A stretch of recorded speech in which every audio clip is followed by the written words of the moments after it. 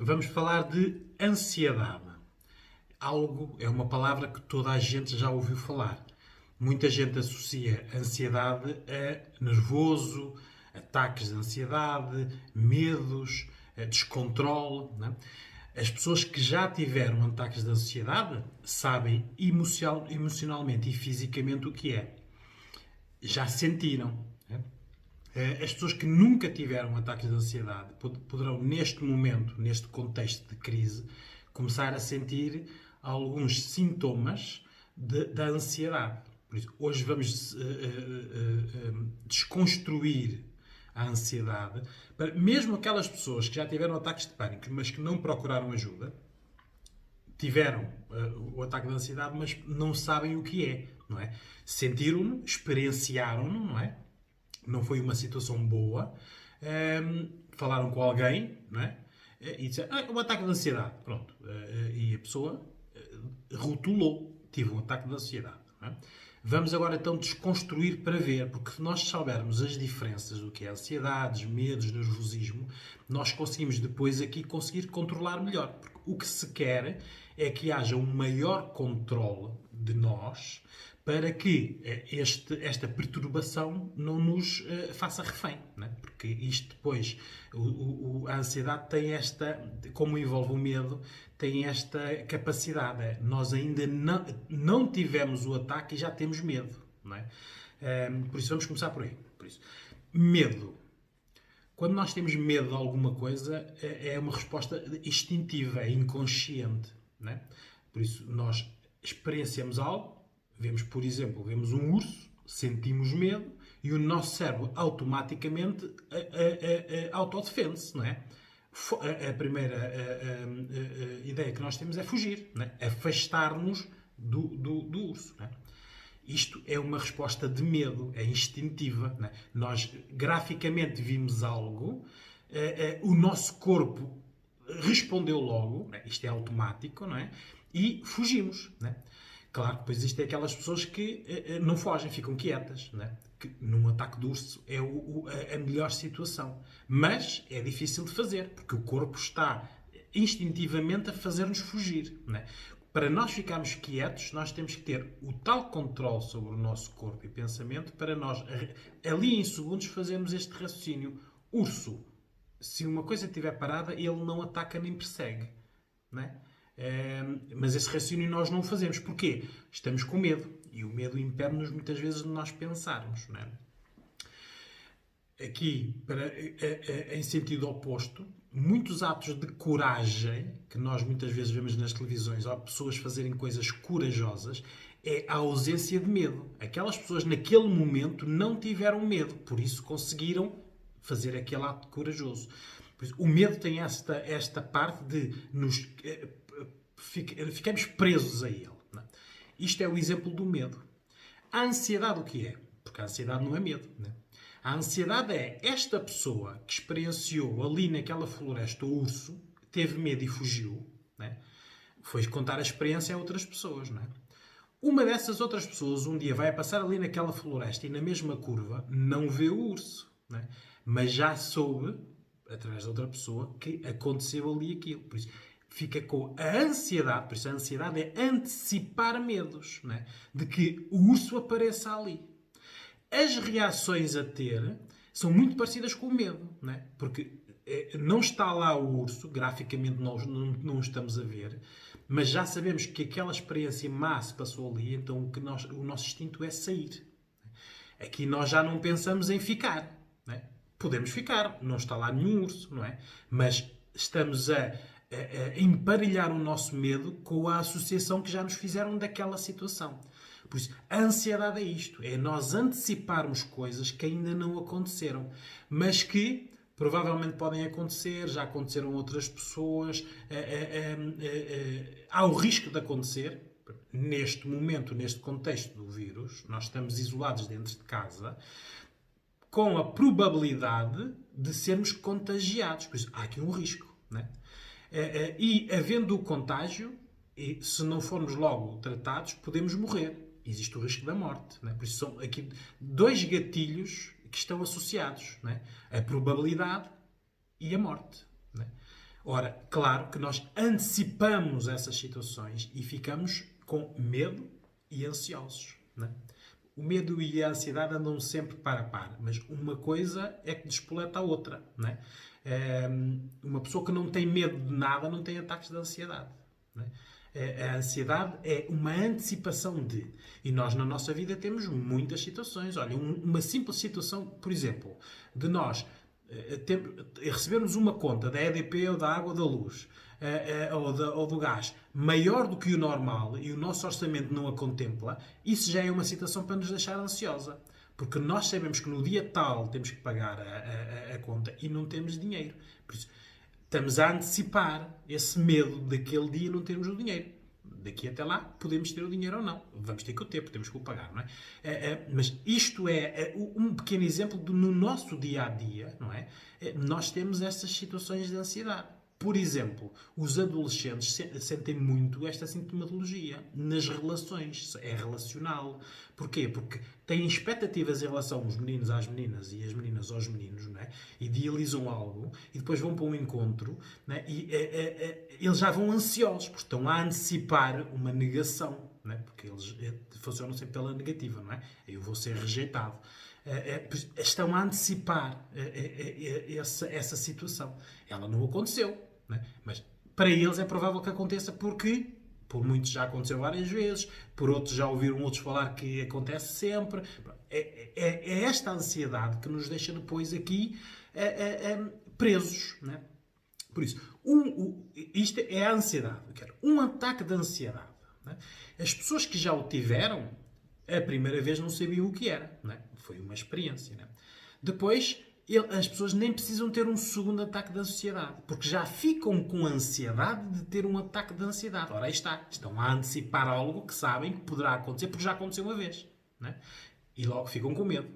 Não é? Muitas vezes, os segundos, terceiros e quartos ataques de ansiedade, exceto traumas graves, que já vamos falar deles, é um bocado a ansiedade a criar ansiedade. Eles estão a antecipar algo que já lhes aconteceu, que eles já conhecem como passaram mal, e basta estar em algo que associe o contexto, estarem no mesmo sítio, sentirem o mesmo cheiro, a mesma música que tinham naquele momento em que tiveram o ataque de ansiedade, e tudo isso vai despoltar logo no nosso corpo reações. Não é? A nível físico,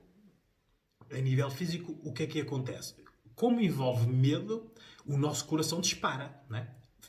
Porquê é que dispara? Porque como é o instinto básico de sobrevivência, o nosso corpo reage logo bombeando mais sangue.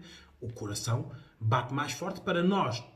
Na fuga, como vamos ter que precisamos do corpo, tem que haver mais um pico de energia. Depois o suor, não é? O suor é o nosso corpo a libertar o calor, não é?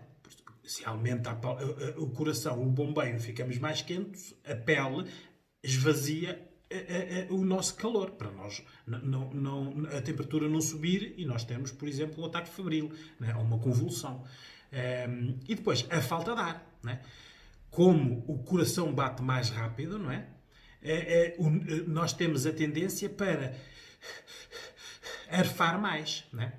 Ora, aqui é que está, estes todos os sintomas físicos, todos juntos, deixam-nos emocionalmente descontrolados. Porque eles surgem todos uns atrás dos outros, em catadupa, não é? Nós ficamos nervosos porque está-nos a acontecer algo, não é? O meu coração, não é? Estou a ficar quente e estou com falta de ar, não é? Isto é a parte física, não é? Depois temos a parte emocional, não é? Que é o medo, não é?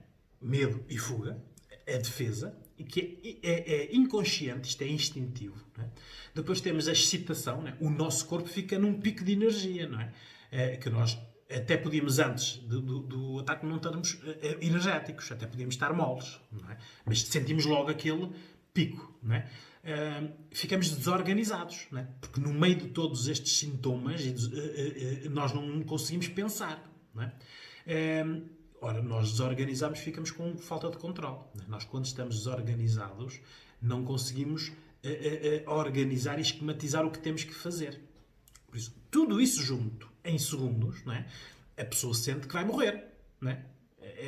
Porque está a bater o coração, está-me a faltar o ar, e estou a suar muito, estou quente, não é? Essa é a sensação que as pessoas têm num ataque de ansiedade. Como é que se trata os ataques de ansiedade? Não é? Por isso, quem já teve efetivamente o ataque de ansiedade, eu acho que deveria procurar ajuda num futuro próximo, quando houver segurança. Não é? É bom vocês conhecerem-se, o vosso corpo, não é? Porque todos estes sintomas físicos e emocionais variam de pessoa para pessoa.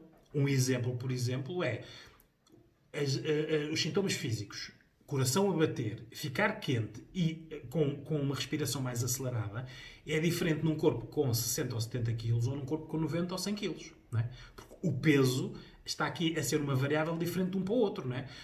Quanto mais peso, mais tem que bombear, mais temos que respirar e mais quentes ficamos. Não é? É isto que a pessoa tem que conhecer quando já teve um ataque de ansiedade. Aquelas pessoas que nunca tiveram um ataque de ansiedade, mas convivem de perto com as pessoas que o tiveram, né? Ou já ouviram falar, ou, por exemplo, redes sociais, ou filmes, né? Muitas vezes nós temos sintomatologia por associação, né? Nós vemos as outras pessoas a ter e de repente parece que sentimos que as temos, não é? Os hipocondríacos é um bocado isso, não é? Alguém tem uma doença, eles começam logo a ter o sintoma daquela doença e não a têm, não é? Mas por associação, não é? E geralmente são pessoas que pesquisam muito sobre estes assuntos, não é? Há pessoas que, as pessoas mais bem informadas são aquelas que têm mais bagagem cultural, sabem mais sobre tudo. Nestas situações, isso corre contra eles, não é? Porque eles conhecem, já sabem o que aconteceu às pessoas, quais são os sintomas, quais são as consequências. Ora, é tudo isso, no momento de desorganização, em sobrevivência do corpo, como não está a pensar nisso, mas tem esse conhecimento, os sintomas podem surgir com mais violência. Não é? O tratamento especializado, né, em psicologia, nós temos que fazer aqui uma psicoterapia, né, intervenção, para ver onde é que estão os tais gatilhos, a palavra que eu já utilizei. Né?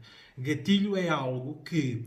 O gatilho é associado, por exemplo, ao gatilho da pistola ou da espingarda. Né? Nós temos que carregar naquele gatilho para sair a bala. Né? Aqui, o nosso ataque de ansiedade teve um gatilho, um momento mais estressante, físico, pode ter sido algo que, por exemplo, imagine, uma pessoa vai na passadeira, não é? Vem um carro e faz aquela travagem rápida com aquele chiar de pneus, não é? O carro não precisa nos bater, mas nós temos uma reação energética, física, de defesa. Naquele momento, depois, ok, descansamos, não é? Mas isso pode ser um gatilho para mais tarde nós termos ataques de pânico, se, por exemplo, virmos um carro a travar rápido, ou ouvirmos, não é? Porque os gatilhos é isto, é nós associarmos algo àquela situação. Isto é a parte física. Pois há a parte emocional, não é? Uma pessoa que tem um desgosto de amor, uma pessoa que é maltratada, uma pessoa que é enxovalhada ou humilhada. Nos contextos profissionais há muito esta situação, não é? Da humilhação, principalmente chefes que, em nível de pedagogia, é zero, tratam os empregados como se fossem a escravatura moderna, não é? E depois tudo isto acaba no futuro. As pessoas estão a aprender todas estas situações, não é? São gatilhos que estão ali a ficar e que estão à espera do momento para serem disparados, não é? Por isso, é necessário nós sabermos, em contexto de consultório, que gatilho. O gatilho pode ter 1 mês, pode ter 6 meses, pode ter 15 anos ou 20 anos. Não é? Os stress pós-traumático, por exemplo, dos combatentes de guerra, têm muitos gatilhos. Homens ou mulheres que tiveram experiência de violação têm muitos gatilhos, né? Homens ou mulheres que tiveram a tentativa ou só o pensamento suicidas têm muitos gatilhos. E depois, a maioria da população que nestas situações repentinas, não é? Porque tudo isto está associado ao repentino, não é? O carro travou de repente, né? E eu de repente olhei para ali, para a floresta e vi o urso, né? São situações que nós não estávamos à espera. Porque, se nós estivéssemos à espera, tínhamos preparado. Ora, é aqui que nós temos que trabalhar, é na preparação. Tenham ou não tenham tido ansiedades, porque pode ter ansiedade e não ter um ataque de ansiedade. Nós muitas vezes temos o coração a bater, falta de ar e suores e não estamos a ter um ataque de ansiedade. Né? São os mesmos sintomas. Né? O que temos que fazer aqui é, primeiro, conhecer o nosso corpo. Não é? E depois, agora, neste vídeo, que nenhum de nós está a ter um ataque de ansiedade, falar e esquematizar. Por isso, vamos começar pela parte física. Pensar. Fisicamente, o coração começa a bater mais depressa, para bombear mais sangue. Se está a bombear mais sangue, faz mais temperatura do corpo. Nós suamos, não é? E isso leva-nos a nós respirarmos mais rápido. Para quê? Para inspirarmos ar para arrefecer o corpo. Certo? Este é um mecanismo físico. Ora, destes todos, qual é o único que consegue diminuir estes sintomas? Nós, quando temos o coração bater rápido, como é que nós conseguimos que ele abrande? Quando nós temos a temperatura a subir, como é que nós conseguimos que ela desça? Quando nós estamos com respiração rápida, como é que nós conseguimos que ela fique mais lenta? Respirando. Lentamente. Ora, aí está. No outro vídeo do relaxamento tem lá a respiração que eu fiz, mas que aqui vou ensiná-lo outra vez, porque tudo isto é comandado pela nossa respiração. A respiração é o anti-ansiedade. Mas, claro que nós, no momento, não pensamos nela. Agora, se nós a praticarmos antes e a respiração passar a ser algo que no nosso dia-a-dia cotidiano seja uma rotina, respirarmos, por exemplo, à noite para dormir, quando nós estamos numa situação mais nervosa, vamos a uma reunião, vamos a um encontro com um namorado ou namorada, temos uma situação para discutir que sabemos que vai ser tensa, treinar essa respiração. Por isso, a respiração aqui abranda o batimento cardíaco. O batimento cardíaco abrandando o nosso corpo diminui a temperatura. A nossa temperatura diminuindo, nós deixamos de precisar de tanto ar. Estão a ver? Algo que agora parece simples, mas naquele momento nós não pensamos. E como não temos a respiração feita em automático, não é? Não é uma rotina nossa, nós não a fazemos, não é? Por isso, o que é preciso, quem tem estes sintomas, seja de ansiedade ou não, batimentos cardíacos fortes, temperatura alta e respira rápido muitas vezes, temos que diminuir aqui por exclusão de parte algumas situações. Diminuir o fumo, o cigarro, diminuir o álcool, diminuir qualquer droga que estejam a tomar. A farmacologia, muitas delas têm estes efeitos secundários, não é? Mas ninguém pode deixar a farmacologia que toma sem a observação médica e o desmame programado pelo próprio médico, não é? Por isso, ninguém se põe a retirar medicação sem fazer primeiro a consulta com quem a prescreveu e depois praticar o desmame porque cada fármaco tem um desmame, não é? As pessoas às vezes dizem, isto é num mês conseguimos em 4 semanas fazer aqui esse desmame. Não. Para alguns químicos funcionam, para outros até é o inverso, não é? Há desmames que precisam de 1 ano, não é?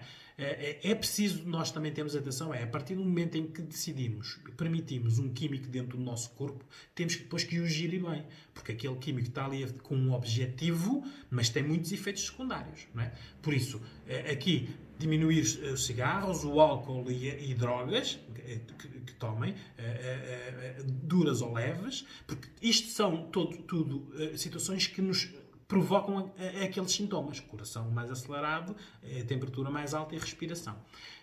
Depois, uma outra defesa é o contexto. Não é? Se eu sei que o urso está naquela floresta, naquela esquina, evito passar por lá, para não associar. Não é? Se está associado ao urso, é não ver filmes com ursos. Não é?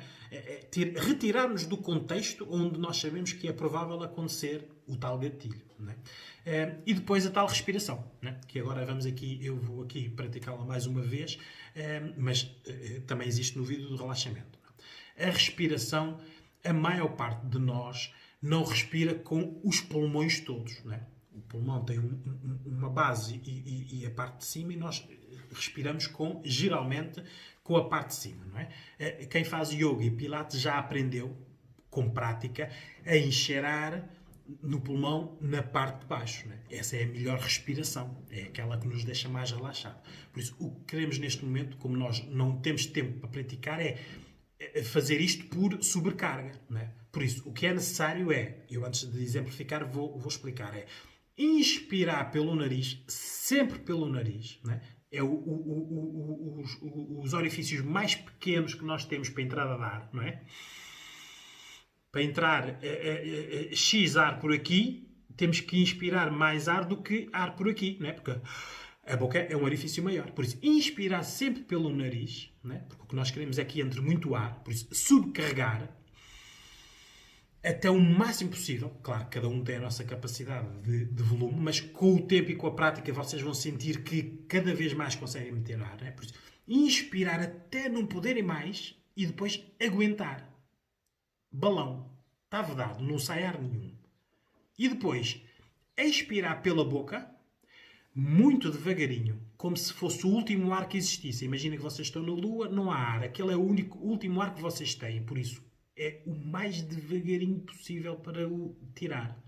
Por isso, o inspirar o maior ar possível, o aguentar o maior tempo possível e o expirar o mais lentamente possível está a oxigenar o nosso corpo, está a sobrecarregar o nosso corpo com oxigênio. Ora, o nosso corpo, quando está subcarregado com oxigênio, todos os gatilhos desaparecem e ele relaxa. Por isso, aí está um bom exercício para dormir. As pessoas à noite, fazendo tudo o que têm a fazer, fazem este tipo de respiração. Podem começar agora com 10 repetições e mantê-las, e vocês vão ver que daqui a 1, 2, 3, 4 meses, porque é preciso prática, isto é preciso virar rotina, algo automático que nós fazemos, vocês vão ver que à quarta, quinta, sexta exercício de respiração vocês adormecem. Porque o corpo, quando vocês começam a fazer o exercício de respiração deitados na cama, com pouca luz, o corpo já sabe que vai iniciar o relaxamento e desliga, não é? Claro, não façam isto para depois irem a fazer xixi ou para tomar, ou para comer alguma coisa ou para ver as mensagens no telemóvel, não é? Isto tem que ser algo que é um pré-sono, não é? Já está tudo preparado para depois da respiração nós adormecermos. Por isso, a respiração, relembro, inspirar o máximo possível, aguentar, e depois é o ar mais precioso que nós temos, o último. No início também tem a ver com o peso. Quanto mais peso vocês tiverem ao fazer este exercício, vocês até vão sentir tonturas. Ora, a tontura é o primeiro sinal de que o corpo está a receber oxigênio a mais, não é? Mas isto controla-se, não é? Façam 2 ou 3, 4, experimentem. O vosso corpo tem que ser vocês a conhecê-lo.